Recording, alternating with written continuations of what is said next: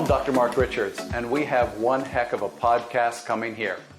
I have 3 military veterans who are going to talk about their experience with testosterone pellets and how it's changed their lives. If you haven't seen any of my other podcasts or watched any of my interviews on TV, let me give you a 4-sentence introduction here. There is a massive epidemic of chronic diseases in this country due to low testosterone. Why is our testosterone severely low? Well, it's low because of the plastics in the environment being made with hormone-disrupting chemicals. We now have a situation where men and women in this country are experiencing average testosterone 60% lower than it was in 1970. And as you'll find out from my book, Nobody Wants You Healthy, or from my podcast, testosterone is the most abundant hormone in both men and women their entire life. It makes all the estrogen in cells, which is critical for cellular repair, and it prevents inflammation, which prevents diseases such as depression and anxiety, as well as heart attacks and strokes. And finally, it also controls metabolism to prevent obesity and diabetes. Sadly, our veterans are suffering even more than the general population. The average in our veterans is below what we can expect to see in an average person their same age in the population. That means they're suffering more depression, more anxiety, more cognitive issues, leading to dementia, more depression. PTSD is ripe in that environment, and the end result of suicides is something everybody knows about and is incredibly sad about. So what I did is I asked 3 of my veteran patients if they would be kind enough to talk about their experiences and why they came to see me, what changes they noticed, what unexpected benefits they had, and whether they would recommend all the people in their units to go ahead and go back on this therapy or try this therapy. Now, the only steady state, long-acting, controllable testosterone therapy that's ever been invented is testosterone pellets, which is a small pellet like a Tic Tac, put it underneath the skin into the fat through a tiny little poke, and it gives men 4 months and women 3 months of steady state testosterone availability. This is not a new therapy. This has been used in the US since 1940. It just was no longer taught around the 1960s because if you give testosterone therapy to people, the amount of chronic diseases greatly reduces. And chronic diseases are a money driver for much of the health industry. However, when it comes to the military, we can't afford to sacrifice our national security to enrich the people that benefit from chronic diseases. We have to draw the line somewhere. And with that, I'd like to introduce Jared. Jared, tell us a little bit about yourself. Yeah, hey, Mark. Look, really appreciate everything that you're doing, and more than happy to speak as loudly as I can on really what a wonderful option this is. So I served about a decade in the Marine Corps. Most of that time was with Marine Special Operations Command. The fastest way I describe it is I got to live the video game. It was wartime, and we were a kinetic unit. I got to jump out of airplanes, shoot big guns, fight bad guys. It was really a wonderful time in my life. Maybe that's a strange way of putting it. I ended up getting out of the military in 2017. I went back to school, and it was kind of around that time that I won't say that I began noticing symptoms. I would say it was around that time where I couldn't ignore them anymore. God bless, she wasn't my wife yet, but she would later become my wife, and she was always kind of the driver, that this isn't normal. Now, I had been told in my right toward the end of my military career, I'd gone to the TBI clinic. I had to. They made me. And there they told me that the residual concussive trauma that I had just endured, and let me say this, there are far more operators than me who've had their bell rung far more times than me. So I definitely didn't consider myself the type that obviously needed help. But I apparently enough that my command had me go to the TBI clinic, and there they told me a litany of symptoms that I was likely having as a result of traumatic brain injury, chronic traumatic encephalopathy. Low T was one of them. So I guess it wasn't unknown to me when I got out. I then went to school, which was challenging, and I realize now why. It was more challenging than it needed to be. And right after, it was probably halfway through that where finally my wife wore me down and I went and got my levels checked. Now for the VA, which I don't have a bad thing to say about the VA. The VA owes me nothing. They have taken very good care of me since I've been out. And most of my colleagues would say the same thing. But they're just the nature of how the VA has to work. They can't be everything for everyone. This was something that I considered very specialized, and I wasn't looking for a blanket solution. The standard that they had, I believe, was 250 nanograms per deciliter. Maybe it was 230. It was a very, very low number. Well, I qualify. Let me interrupt you for a second to give listeners an idea of how low that number is. 300 has been for 40 years a severe deficiency in every international research study, and 450 is a moderately severe deficiency in every international research study. And 550, the American Clinics of Cardiology published, increases your risk of heart attack 30% compared to people that are above 550. So when the VA or other labs have that level at 230, I've seen Fort Bragg at 170, what all they're really doing is taking the average of the sick population that they're testing and then going 2 standard deviations on either side. So doctors are not taught that this is not the ideal level, and they just assume it's the ideal level. Like if they look at sodium or they look at blood sugar, it is not the ideal level. It's the average of the population. And I already told everybody how sick the population is. And just one more aside, the reason the military has such a low testosterone, even compared to the general population, is the amount of endocrine disruptors you're exposed to. So when you're exposed to ammunition and C3 and C4 and all these other chemicals, they have tons of phthalates in them, which decrease your hormone levels. And then on top of that, you have a TBI, which just comes from training, military training, getting your head hit, having concussion blasts from explosives. And all of that combined lowers your testosterone even further than the general population. So I want to ask, how did you come to see me? How did you learn about me and decide to come in for a consult? Yeah, the way I found you is the way I would bet 90% of the special operations community would find you. That is, I talked to my buddies in the most elite units that I knew. I had served with a guy on my team. He and I had been sniper partners for years. I had a world of respect for him, and he was an absolute physical phenom. He was telling me that he was having these issues with testosterone. This was a guy who naturally sat at about 1,400 nanograms per deciliter. Everyone said he was on steroids. Every doctor he went to said you shouldn't have done steroids. I lived in close quarters with this guy for years. He did not do steroids. He was just a physical phenom. Well, he was at about 700 and he was having terrible symptoms. And everywhere he went, they laughed him out of the clinic. And frankly, if I saw numbers like that, I probably would too. But what he did, because he's very, very intelligent, he got his military records from the day he enlisted and all the way through is able to show what his norm was. Well, when it was my turn, I picked up the phone and I called him. And he said he was with a particular office in the agency. They do similar things to what he and I had done, elite of the elite. And he told me all the guys there went to you, that he's going to you. And I looked you up. And apart from the fact that your staff is fantastic, you had rave reviews. And I'm not going anywhere. Well, so when you came to me, what benefits were you hoping to see? There were a few key benefits. There were a few key symptoms that what my wife and I had thought was, listen, if one of these is mitigated, this would be worth it. Not to be crass, but my downstairs was still working the way it was supposed to. But every other symptom that you could possibly have, I was experiencing. And my attitude was, well, if that still works, I'm not at a point where I need help. God bless the intuition of a woman. She looked at me and she says, so let me make sure I understand this. You're going to wait until that doesn't work right and then go solve the problem? You know what, honey, I'll make the call.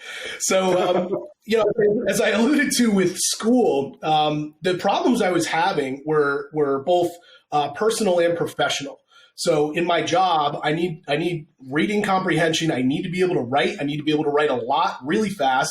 I need to be able to take in very large documents, hundreds of pages, and comprehend it, have that recall, and be able to connect a lot of dots. And I don't have a lot of time to do this. Every day at work by 2 o'clock, I was actually in a practice of not pressing send on any emails past 2 o'clock.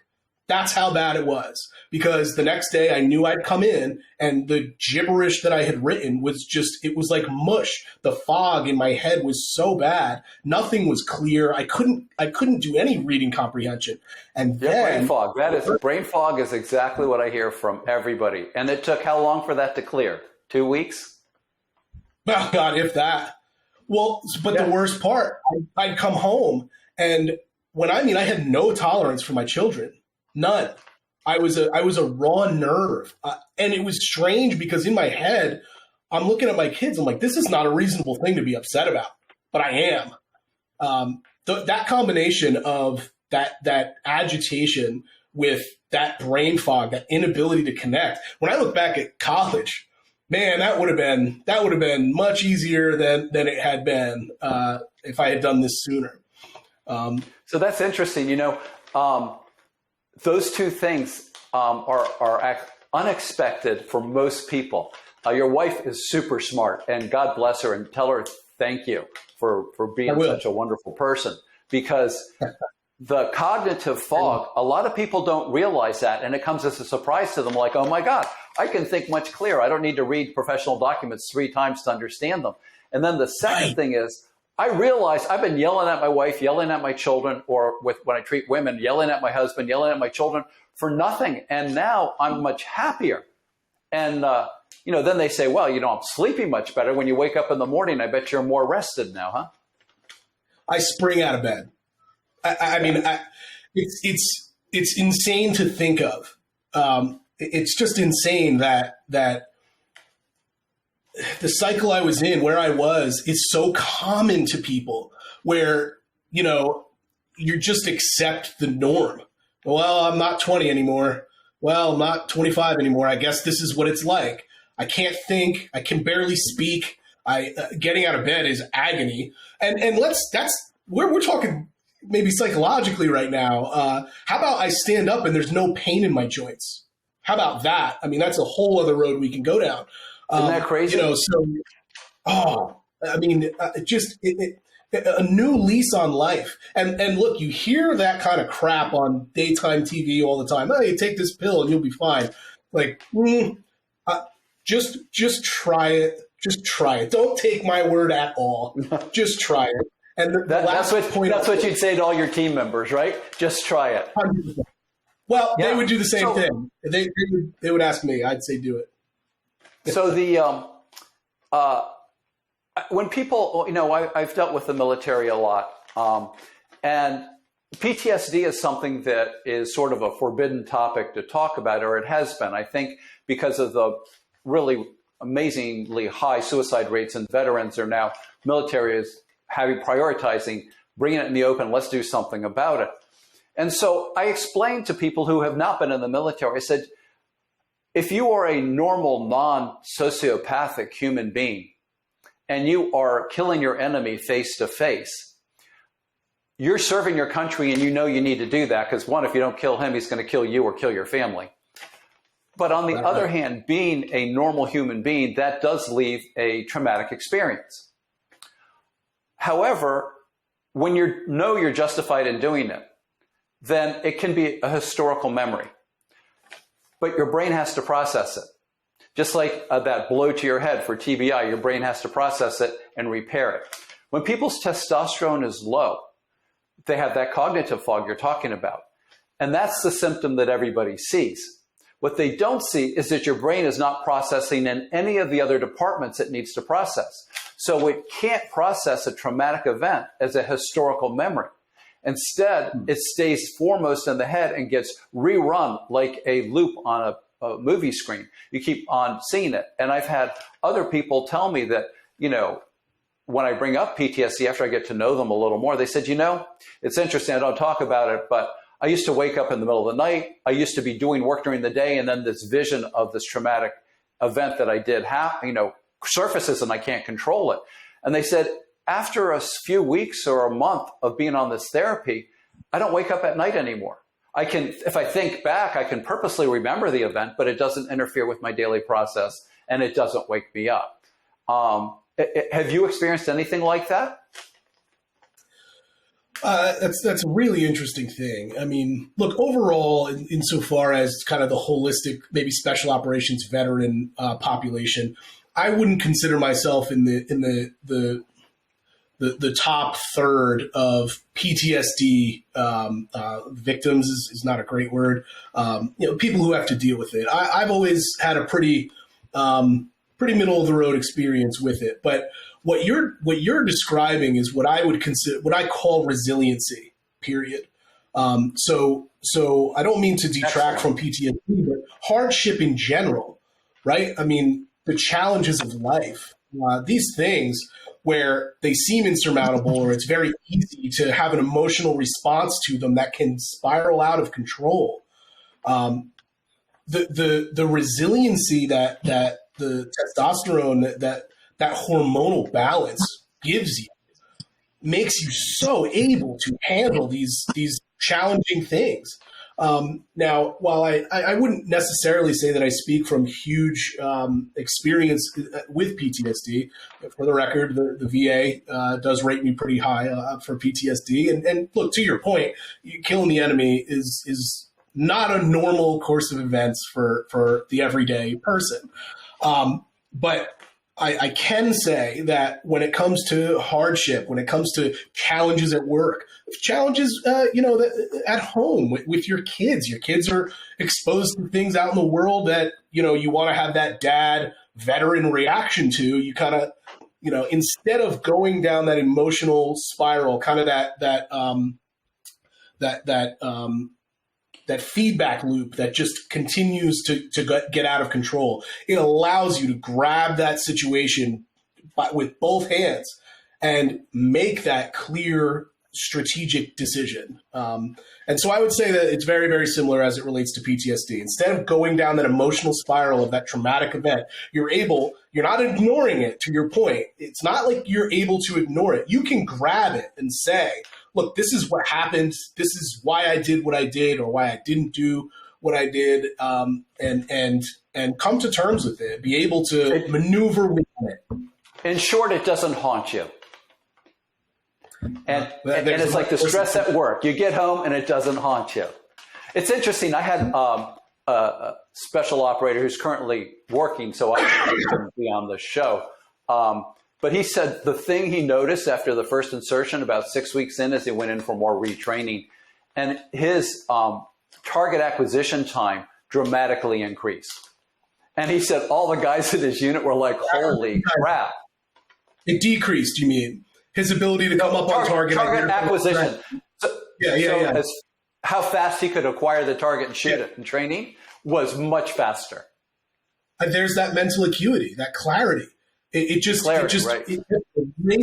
erases the white noise, and really allows you to maximize your own capability. It's unbelievable. Yeah. It really is. These types of things are, I don't know, they're so uncommon. To summarize up your segment, because we could go on for hours here, but to summarize your segment, you basically have had a tremendous improvement in your marriage, in your relationship with your children, in your work environment, probably the way you interact with people at work and the way you can process things at work, and also your reconciliation with your past and your embracing of who you are. And that's, I think I heard that's what you're saying. That's nail on the head, Mark. But to understand the totality of that this was one thing. It's not like I did this and then I'm taking some other supplement or I'm in therapy or I'm doing no, this was one thing, and it dramatically altered all of those aspects. You want to talk about resiliency in our current fighting force? It is dizzying to me that our men and women in uniform, that this isn't part of the standard protocol. And look, I've been out for a while, and maybe to a degree it is, but this isn't some type of anabolic steroid that's synthesized in the lab from cows or horses. True. No, this is your natural hormone that's being depleted by your environment and by the traumas that our special ops and military are suffering. So, yeah, I agree. It's critical. I'm trying to work with military now, approaching them and trying to get this as standard of care for our troops, because the world's heating up and we're going to need every single one of you guys at your optimum condition. And we owe it to you to make you as healthy as possible, not only while you're fighting, but also when you come back home. And with that, I would like to thank you so much, Jared. Thank you so much for agreeing to talk on camera and explain to people what this was all about. Absolutely, Mark. Anytime. Keep up the good work, man. I mean, really tremendous what you're doing. Well, welcome to our next veteran interview. I'd like to introduce Amber. She had military service. She's retired, and she saw active combat, and she had concussive explosions around her that caused her to have some tinnitus. Obviously, that's an indicator that she probably had some traumatic brain injury from the concussive explosives. In her active combat, she was handling ammunitions and explosives that have a lot of endocrine disrupting chemicals in it. As we learned in the first half hour of this show, that can have a devastating effect on testosterone levels. And whether you're a SEAL team member who started with a level of 1400 and then you dropped to 700, which would make you highly symptomatic, or whether you are a female, which started with a healthy level of maybe 100 and then dropped to 20, you become highly symptomatic. If you recall from the podcasts I've done in the past, it is really your cellular levels of testosterone that make all the difference in the world. Your blood level has nothing to do really with your health or well-being. And since men and women have the same cellular levels in their organs, we just look at the blood level as sort of a hint as to how much we've decreased. So without much more of my talking, I'm sure everybody wants to hear from Amber and hear maybe how she found me and what she was hoping for, and then what she experienced. Yes, well, I started my journey with thyroid issues, and my doctor we spent 3 to 4 years diagnosing a thyroid, and he was focusing on changing my thyroid medication because he was blaming my issues on a thyroid. Nothing worked. It took 3 to 4 years of changing thyroid medication. Can I ask you, Amber? What were the issues he was trying to fix with thyroid? I had no energy whatsoever. Well, I broke my back in 2013 overseas, and when I came back, it took about 10 months for me to recover. And once I was back on my feet, I had all of these issues with cognitive issues. I couldn't remember numbers, like to transfer a phone number from looking at it on a piece of paper to typing it into my phone. I couldn't remember that, or I couldn't remember if I'm traveling north and I turn right, I couldn't actually get it out that I was going east now instead of, west. So my brain wasn't working. I had brain fog, no energy whatsoever. I couldn't function. I just stayed on the couch even after I healed. One doctor wanted to give me depression medication, and I don't have a depressive personality. I knew that was not the problem, and I refused to do any kind of depression medication. So that's when my doctor recommended hormones. So I was doing the topical hormones at first, and I didn't really get any result whatsoever. B12 shots, we kind of tried everything until I found you. So. Huh. And did you find me from a recommendation or just looking up on the websites?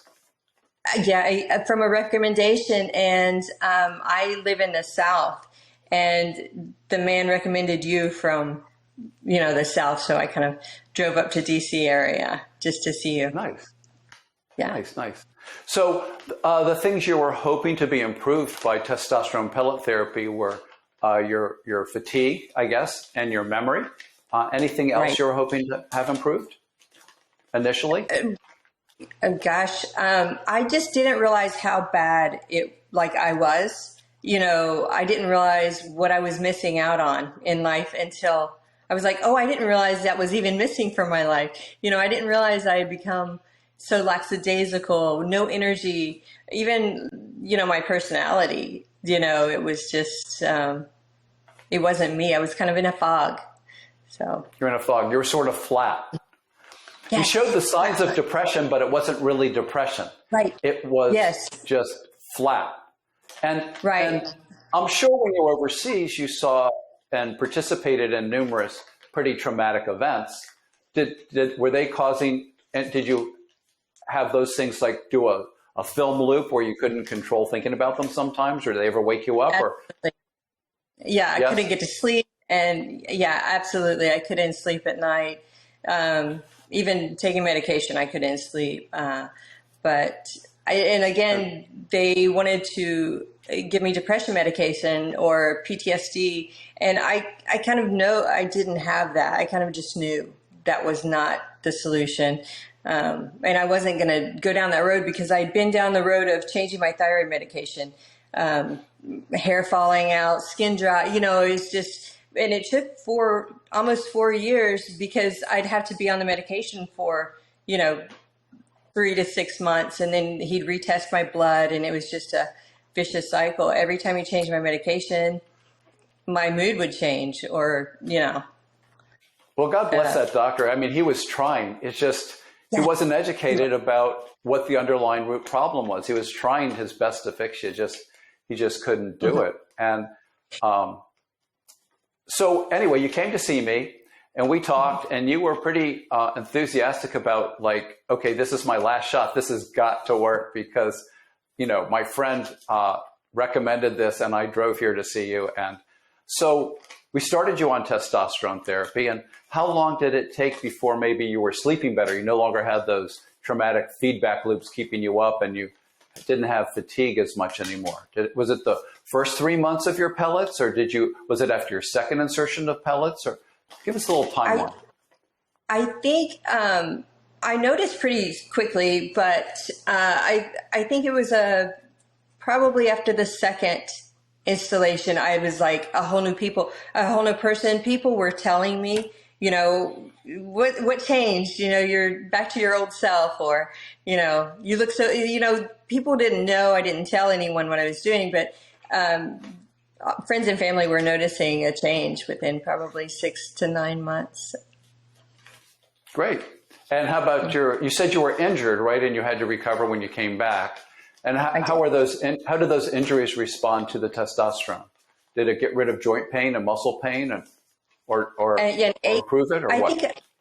I was feeling joint pain, muscle aches, just no energy. I was like killing me to get on the treadmill, or, it was just so hard for me to force myself to do anything. I think a lot of it was I had joint pain and didn't realize it, or, I couldn't like kind of push myself, or I would just dawdle along, if I did have the energy to do something, I would just kind of go through the motions. Well, let's talk about relationships, like relationships with work colleagues, relationships with family. I don't know if you're married or not, or if you have a significant other, relationships in that department. I mean, when you're blah, you're probably not having a relationship with anything, right, except your bed, right? And so right. Can you talk a little about, like, did work change? Did interpersonal relationships change? Family relationships change? What changed? Absolutely. Work did change and relationships did. I was angry. I'd forgotten, because I'd been on this pellet for so long, I was forgotten, like I was just angry and in a bad mood all the time. It was just kind of raw. But I think again, I didn't really keep track of how long it took, but I felt like I wasn't faking it anymore. I would have to fake being nice to people or fake being friendly, when that's really my personality, is like friendly and outgoing. But I don't have to fake it anymore. It's just kind of me. I came back. And it's amazing that that's all it took, was just the pellet. The pellets, yeah. Well, I can vouch And that you're work-wise, yeah, work-wise, I was failing. I was kind of a C student at work. Like I said, I couldn't tell the difference between East and West. Like, even though, I know, and that's like critical that I get the direction right. So I was really failing at work too, where I was taking too long to figure out what I was trying to say or do.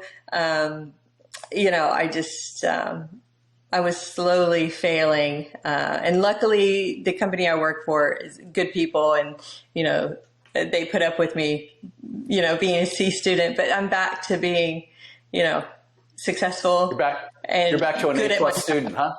Yes, back to A+ student instead of A+. I mean, I think everybody watching this can see that you're just a really happy, outgoing person. And to imagine you blah and angry is hard. Yes. So before we go, I want to ask you, what would you say to the people that served with you in the Navy when you were there, seeing active combat? What would you say to them about testosterone pellets, and maybe they should consider it? The ones that haven't, unfortunately ended their lives from PTSD and depression and feeling blah and angry. What would you tell them? Would you say there's a better life out there? I would say absolutely. And I actually see people and work with people that I can see me in them. And I preach it to them all the time. Captain I was deployed with, I keep trying to convince him, you have to go see him and it's going to change your life. So I tell everybody I see that I really think we all need to be at least tested for it, or at least try and see. It's going to change. It does. It will change your life. And it changed my life.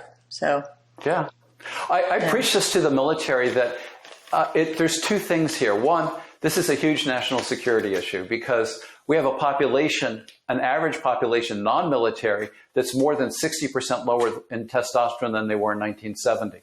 And in the military, they're even lower than that for the exact reasons that you were low, is traumatic brain injury from concussive blast, from training, and also handling these explosives, which are very powerful endocrine disruptors, and all the other plastics that are in your environment.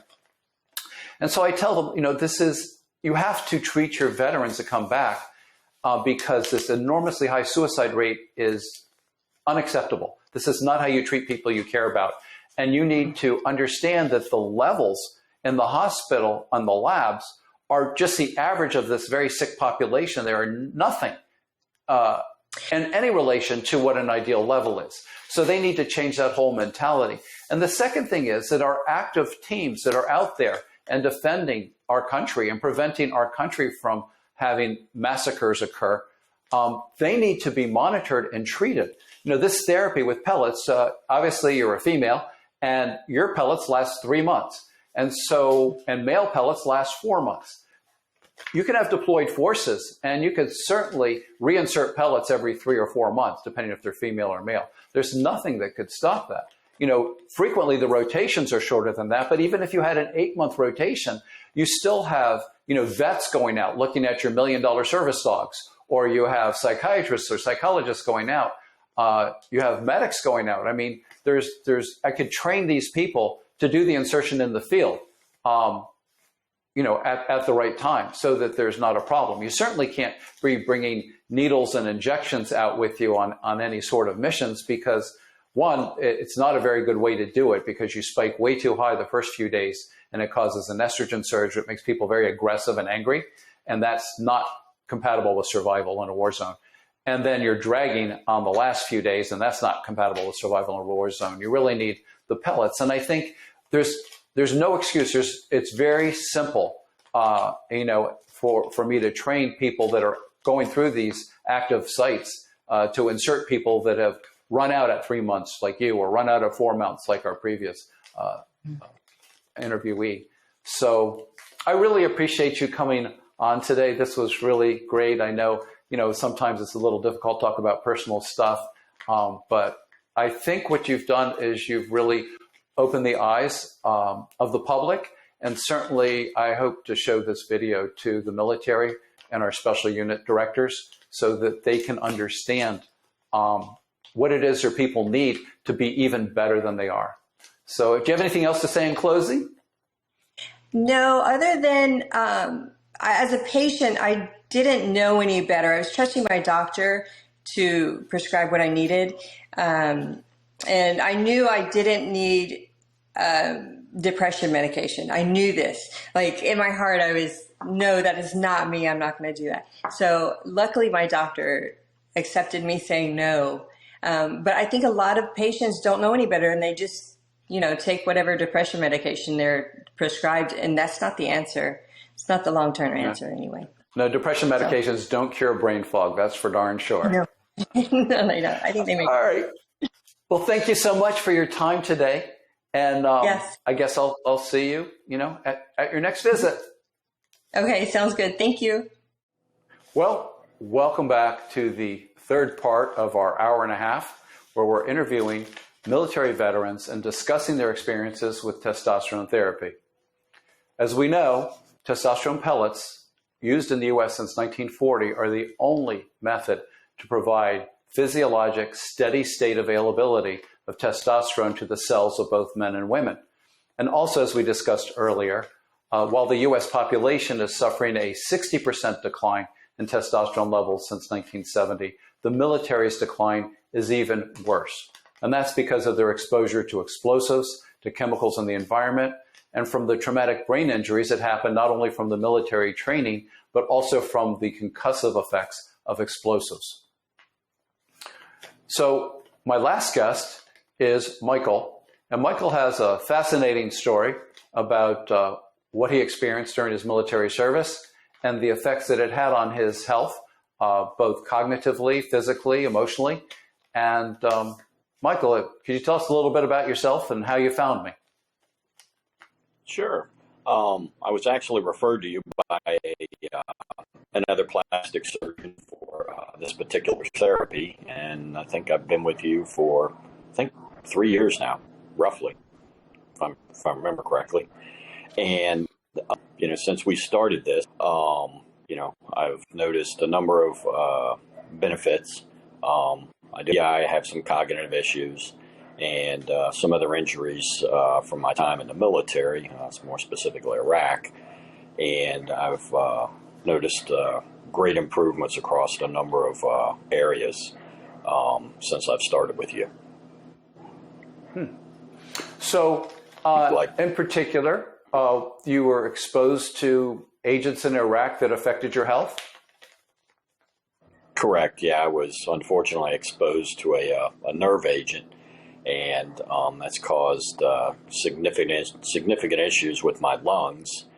And with this particular therapy, I've noticed a drastic increase in the improvement in my lung capacity, as well as the ongoing effects of sarcoid, which is what I was diagnosed with the inflammation in the lungs. Additionally to that, I did suffer a concussive blast in addition to the normal training stuff, and suffered a TBI, which has led to cognitive issues as well.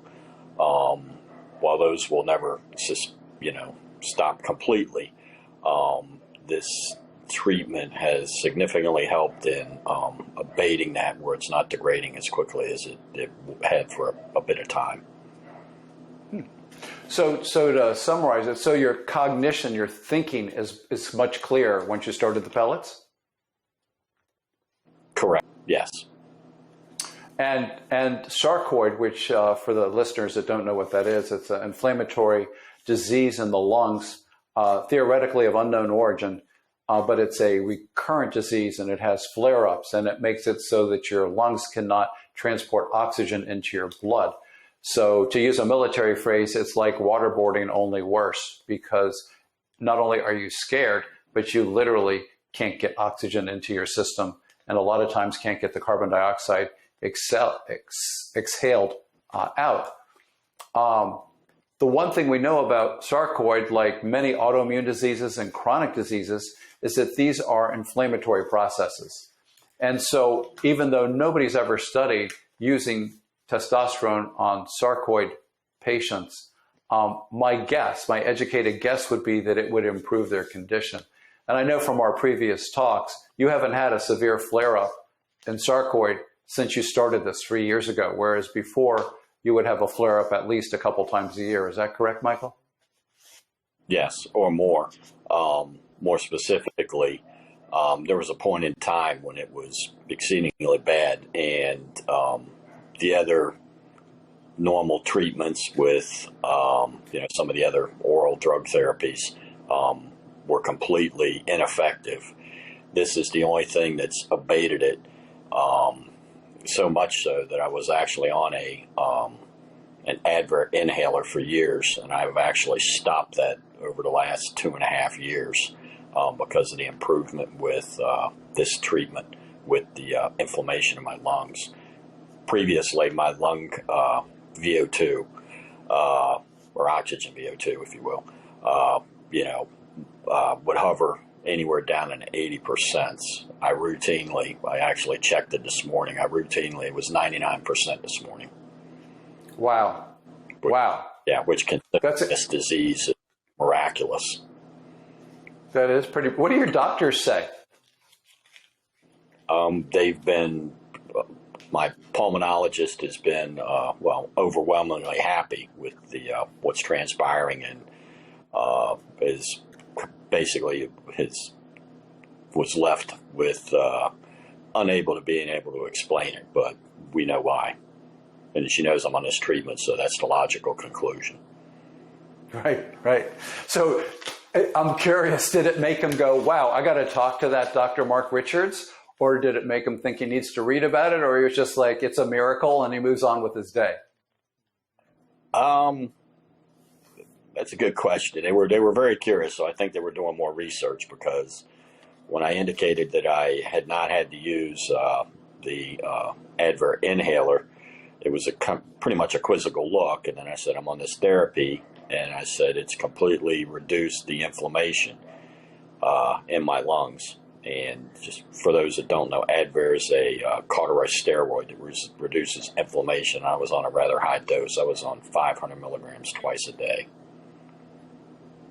Wow. Well, I bet you getting off that probably improved your mood and thinking too, huh? Correct. Yeah, very much so.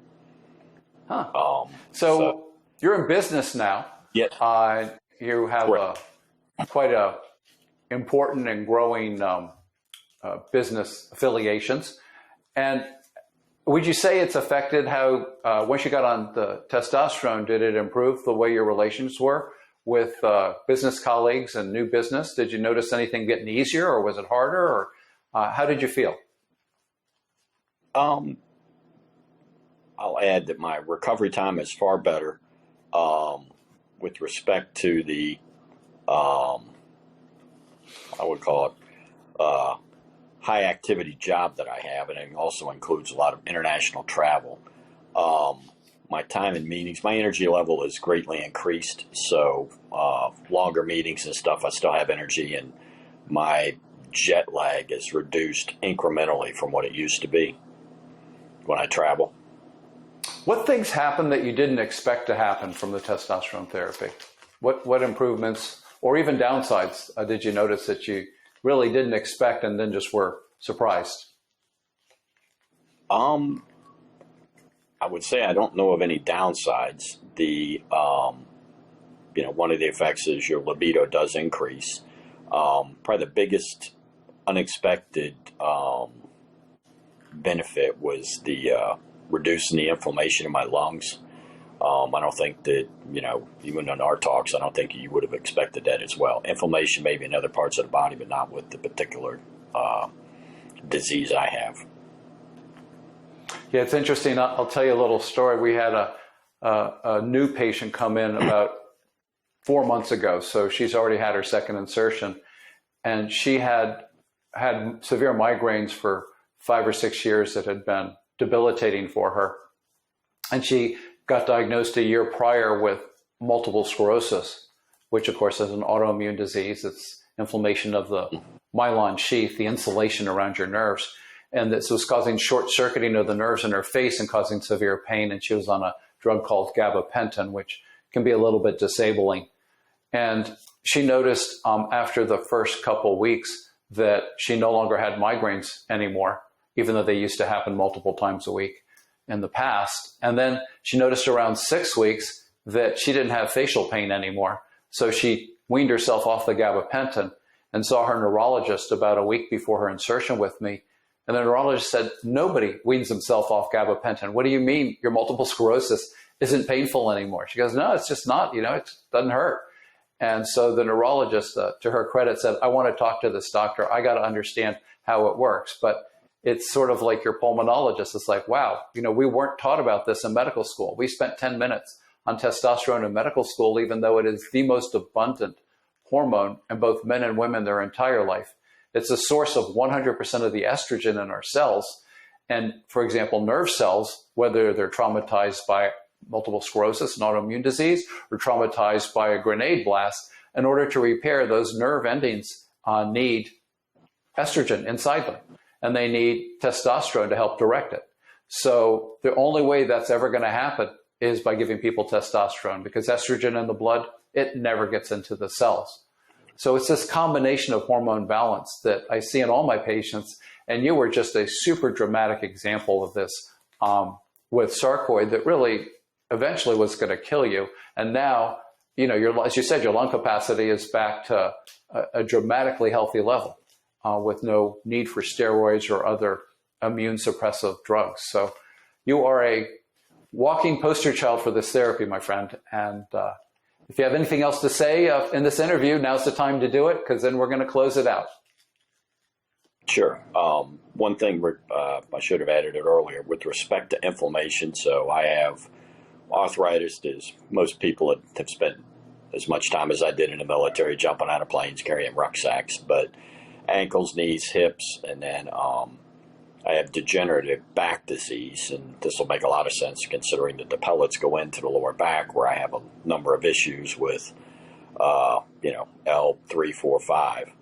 And my orthopedic surgeon wanted to do surgery to do a disc on a couple of the I have held off on that. I had a number of, just so I could move, injections back there, but they should have worn off over 2 years ago. And I've had, it's massively reduced my lower back pain as well, especially since the pellets go on either side of the spine, roughly where these discs are injured and the degenerative disease is happening. So I've been able to push off major lower back surgery for 3 years now, at least. Wow. And how did it help the hips and ankles as well? I have far more range of motion and less pain during the day. Normally it's snap, crackle, pop when you wake up and get out of bed, and it's a little bit less than that. So that's a good thing as well. That's great. Well, thank you for agreeing to talk with us, and really appreciate your service. And of course, we'll always look forward to seeing you when you come in for your visits. And, hopefully we can work to carry this through so all of our military, starting with the special operations groups, can start getting treated, and the veterans can start getting treated, and we can improve quality of life, health, economic and productivity of their veterans when they leave, and improve the mental health and physical abilities of our special ops while they're on target. So look forward and continuing in this journey, and thank you so much for being a part of it. Sure. And as a member of that community you're referring to, especially the Tier 1 units, this will, based on the op tempo that we had to keep, this will be a material improvement to their operational abilities across the board. Excellent. Okay. Thanks so much for having me on. Well, I hope everyone enjoyed that as much as I did. I learned from my patients probably even more than they learned from me. I wish you all a good night, and I wish safety to all of our active military and the veterans, and hope that we can improve their conditions mentally, emotionally, and physically to the best of our abilities.